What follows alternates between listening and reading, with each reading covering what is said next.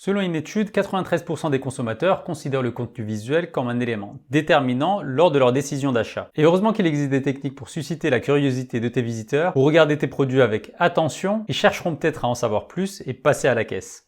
Bienvenue à toi, je suis Ismaël du blog monsieurphoto.com. Sur cette chaîne, j'aide les e-commerçants à augmenter leur chiffre d'affaires en améliorant leur visuel, même s'ils n'y connaissent rien à la photographie. Alors, c'est parti!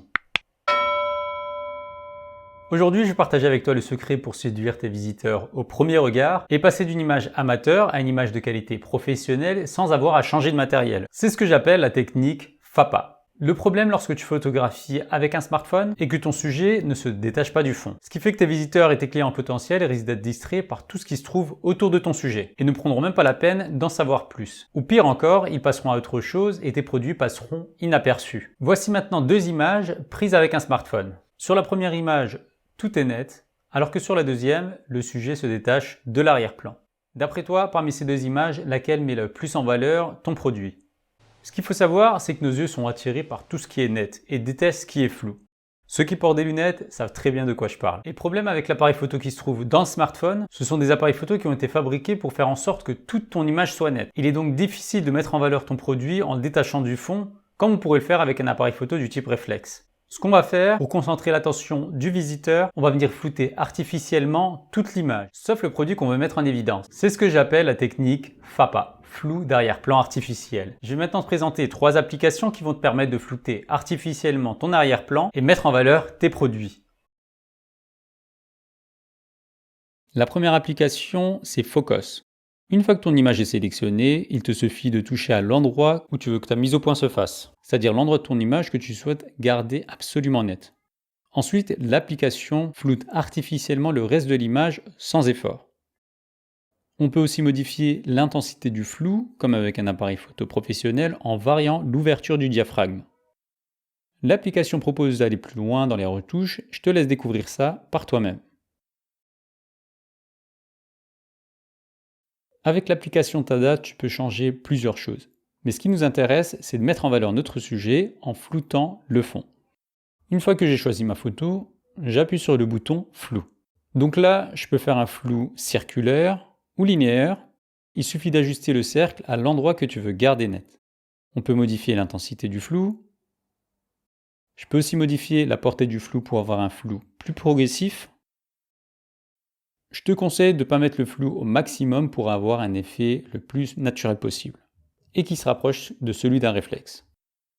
Pour un sujet un petit peu plus compliqué, on peut utiliser le masque pour détourer le sujet. Je sélectionne le bouton masque et je vais créer mon contour. À l'aide du doigt, je vais sélectionner la partie que je veux laisser nette. Je fais ça approximativement parce que grâce au bouton auto, l'application va détecter automatiquement les contours du sujet. Si on veut faire ça manuellement, on désactive le mode automatique.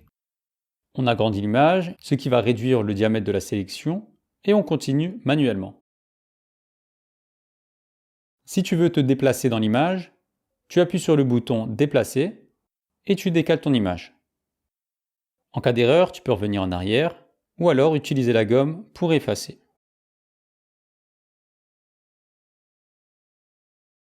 Pour repérer les zones qui n'ont pas été sélectionnées, j'inverse la sélection. Une fois terminé, on valide en appuyant en haut à droite. Je clique sur tout. Là, on voit qu'il y a un problème parce que même si l'arrière-plan est flou et le sujet est net, il y a quelque chose qui sonne faux. On est loin de l'effet qu'on retrouve sur un réflexe. Le petit secret pour avoir quelque chose de plus réaliste est de combiner l'utilisation du masque que l'on vient de faire avec un flou linéaire. Combiner les deux te permettra d'avoir un effet de flou qui se rapprochera le plus à celui réalisé avec un appareil photo professionnel, puisque tu pourras ajuster la zone de netteté en premier plan tout en étant sûr que l'ensemble de ton sujet soit net. Pour ce qui est de la troisième application, il s'agit de l'application Snapseed. Snapseed est une application très complète pour éditer ses photos. Par contre, au moment où je tourne cette vidéo, l'application ne propose pas la sélection automatique, ni de repeindre avec un masque. L'application propose uniquement le flou circulaire et linéaire. Ça reste tout de même une application très intéressante pour éditer ces images puisqu'elle propose d'autres fonctionnalités très pratiques dont je te parlerai dans une prochaine vidéo. Maintenant, c'est à toi de jouer. Dis-moi dans les commentaires parmi ces 3 applications, laquelle tu as préférée. Télécharge-la, utilise la technique FAPA pour mettre en valeur ton sujet. Ensuite, envoie-moi ta photo sur Instagram et j'essaierai de deviner quelle application tu as utilisée. Et je te donnerai d'autres conseils si nécessaire. En attendant tes photos, je te dis bonne retouche et à la semaine prochaine.